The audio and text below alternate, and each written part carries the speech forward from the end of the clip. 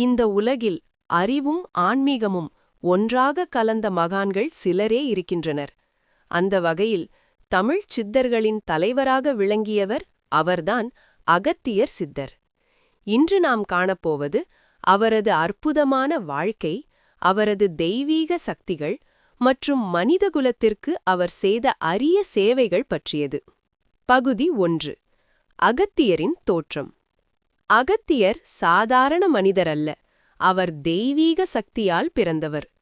புராணங்களின்படி அவர் பிரம்மாவின் மனசுபுத்திரர். மற்றொரு கதையில் ஒரு கும்பத்திலிருந்து தோன்றியவர். அதனால் அவருக்கு கும்பமுனி என்ற பெயரும் கிடைத்தது. அவரின் பிறப்பு தன்னை இந்த உலகிற்கு ஒரு பெரிய மாற்றத்தை கொண்டுவரப் போகிறது என்பதை காட்டியது. பகுதி 2. பூமி சமநிலை காப்பவர். ஒருநாள் சிவபெருமானும் பார்வதியும் திருமணம் செய்து கொண்டனர்.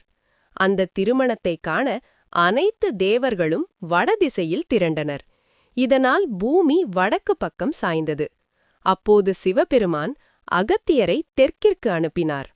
"நீ தெற்கில் தங்கி உலக சமநிலையை காப்பாற்ற வேண்டும்" என்று. அகத்தியர் அந்த கடமையை ஏற்றுக்கொண்டு தென்னிந்தியாவுக்கு வந்தார். அதனால்தான் இன்று தமிழ் நிலம் அவரது ஆன்மீக சக்தியால் நிரம்பியுள்ளது. பகுதி 3. தமிழ் மொழியின் தந்தை. அகத்தியர் தமிழ் மொழியின் தந்தை என்று கூறப்படுகிறார். அவர் எழுதியதாக நம்பப்படும் அகத்தியம் என்ற இலக்கண நூல் தமிழின் அடித்தளமாக இருந்தது. இன்று அந்த நூல் கிடைக்கவில்லை என்றாலும் அவரது தாக்கம் இன்னும் தமிழில் வாழ்கிறது.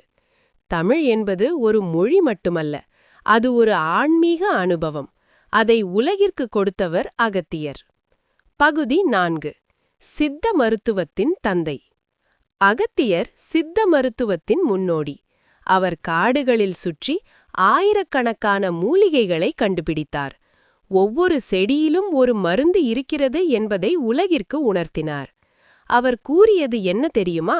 உணவே மருந்து, மருந்தே உணவு. இன்று நாம் பயன்படுத்தும் பல இயற்கை மருத்துவ முறைகளுக்கு அவர்தான் அடித்தளம். பகுதி 5. பொதிகை மலையின் மகான். அகத்தியர் அதிகமாக தங்கியிருந்த இடம் பொதிகை மலை. அந்த மலை ஒரு சாதாரண மலையல்ல, அது சித்தர்களின் தியான பூமி. அங்கு இன்னும் அவர் தியான நிலையில் இருப்பதாக பலர் நம்புகின்றனர்.